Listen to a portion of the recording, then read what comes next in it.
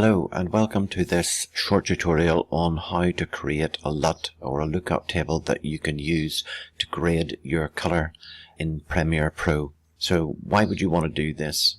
Well, I have loaded a short clip that was taken in Hyde Park in London, and if we move into the color workspace in Premiere, you'll see that the exposure values of this clip really are compressed around the middle. They don't extend up to the high level of 100%, and they don't extend very much down to the 0 level.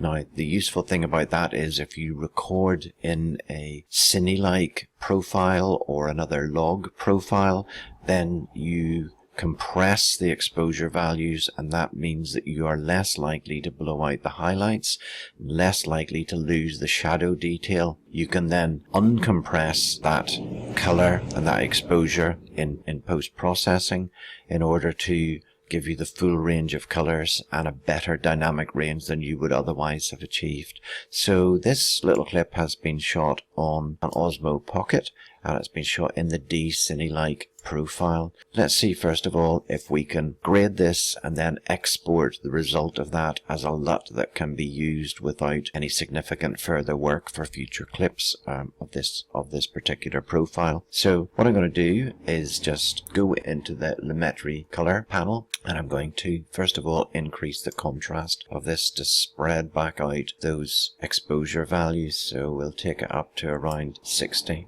I'm going to bring the highlights up a bit to get them up more towards the top of the range, and I'm going to bring the shadows down slightly and the blacks down a little bit, and we'll just maybe move the whites up a little bit just to get that. So we've now got a good contrast in the image, but it's lacking in saturation because the D-Cinelike profile also reduces saturation. So we just take that up a little bit in order to bring those colors back up, and we've got the image pretty much as we would like it. Now, if we don't want to have to make those adjustments every time to the clips that we import, we can save that as a LUT or a lookup table. Just go to the little menu bars on Lumetri Color and type Export Cube.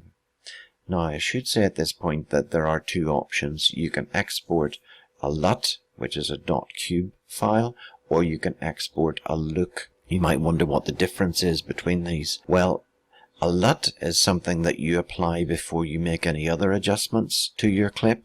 So it's the kind of base conversion back from that log profile back to a normal appearance of the clip. Whereas a look is usually a more creative style that you apply to something, and you normally apply it after you have done your basic processing to get a particular look, as is implied by the name of the file. So in this case we want to export a .cube file, which is a LUT. So I'll do that, just exporting it to the desktop.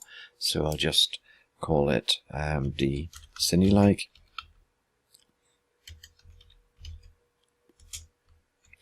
And I just press return, and that has created that file. So what we can do now is that I'm going to duplicate this clip so that we can see the before and after.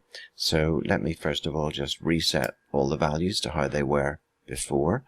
I'll hold down the Alt key and just drag it up onto the next video line on the timeline here. And we can work on this top one. We simply need to apply a LUT. I will browse for this. It should be on the desktop. That's the one that we have just created. And open it, and you see immediately it has produced that effect that we had created with the adjustments made earlier, but it's done just in one step using the input LUT D-Cinelike. So just to show what the effect is, I'll go back to the beginning of this clip, and I'll go into effects and add a wipe onto this. So just add a wipe to the top layer, select the transition, spread it out, and play the clip, and you'll now see the effect that creating that LUT gave to the clip. So now that you've made this LUT that will be useful for you with any clips that you create in a D-Cinelike profile, then you can save that somewhere that you'll be able to get to it easily and bring it back into Premiere to apply it to any of the clips that you need to. So let me now just show you the second way to do this, which some people will prefer, particularly photographers who are proficient in Photoshop. So I'm going to just delete that adjusted layer that we had, and I'm going to duplicate it again so that we can show the same thing as before. But this time we're going to make the LUT in Photoshop. So what I'm going to do first of all is make a still frame out of the image, out of the footage that we have. So I'll just use this and I'll just call it Hyde Park.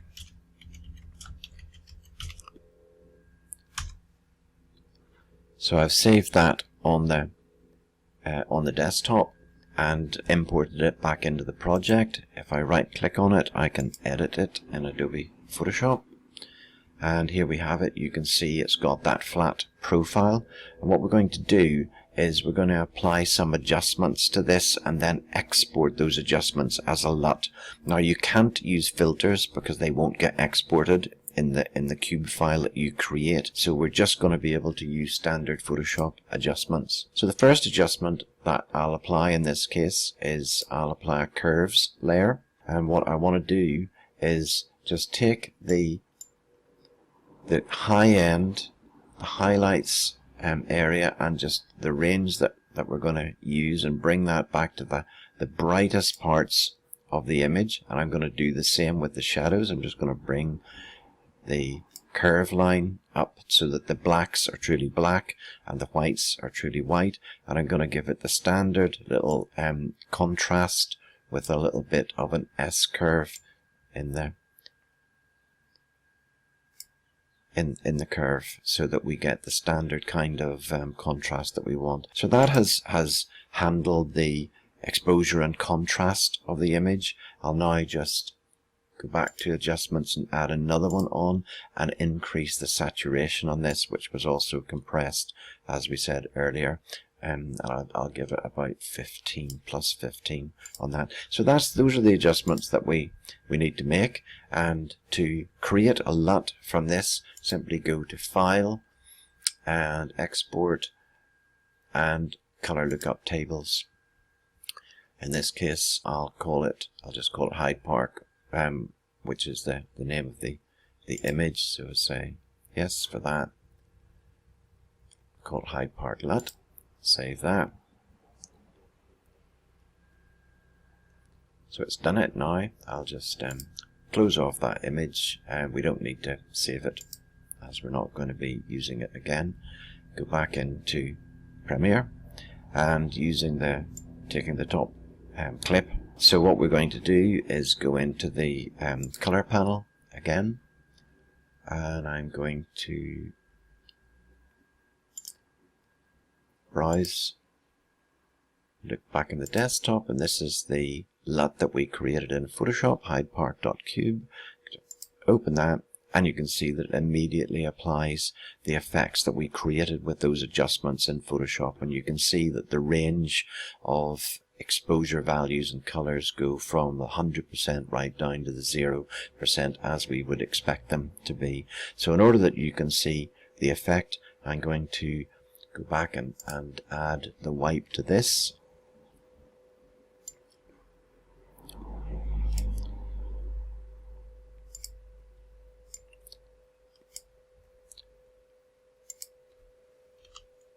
And play it through. And you can see the effect of the LUT that we created in Photoshop. So those are two ways that you can create a LUT depending on your preferences, and you can use that as you need it. You can also use these techniques for creating a look, something that is your own custom view that might have a particular color look that you want to apply to your footage on various occasions, and you can do that as well by just creating the same file but opening it as a look in Premiere.